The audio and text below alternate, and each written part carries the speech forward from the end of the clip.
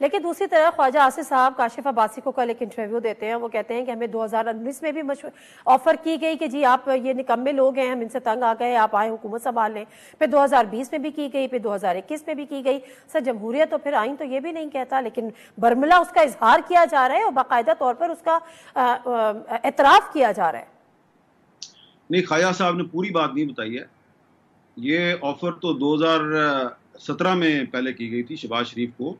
General Bajwa نے اور general فیض نے شہباز شریف صاحب سے کہا تھا کہ اگر آپ نواز شریف صاحب سے اعلان لا تعلقی کر دیں تو ہم آپ کو وزیر اعظم بنائیں گے، لیکن جب شہباز شریف صاحب نے معذرت کر لی تو پھر امر مجبوری باجوہ صاحب کو رجوع کرنا پڑا عمران خان صاحب سے۔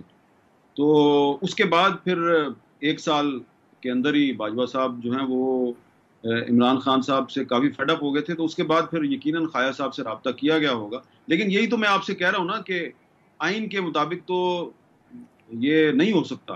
تو عمران خان صاحب کو چاہیے تھا کہ جب 2019 میں انہوں نے ایکسٹینشن دی تھی جنرل باجوہ کو، تو اس وقت تک ان کو پتہ چل چکا تھا کہ یہ ان کے سیاسی مقاصد کیا ہیں، تو ان کو چاہیے تھا ایکسٹینشن نہ دیتے۔ تو وہ جو انہوں نے کیا وہ بھی غلط تھا، اور جو باجوہ صاحب کر رہے تھے وہ بھی غلط تھا۔ اور بدقسمتی کی بات یہ ہے کہ ایکسٹینشن میں صرف تحریک انصاف شامل نہیں تھی، مسلم لیگ نون بھی شامل تھی اور پیپلز پارٹی بھی شامل تھی۔ تو اس کے بعد پھر آپ نے دیکھا کہ آج ابھی تک ہم پے کر رہے ہیں وہ جو بھی 2018 میں باجوہ صاحب نے جو بھی کیا، تو اس کو ابھی تک ہم پوری قوم اس کا خمیازہ بھگت رہی ہے۔ تو اس لیے میں بار بار کہہ رہا ہوں کہ جو بھی ہونا چاہیے آئین کے مطابق ہونا چاہیے۔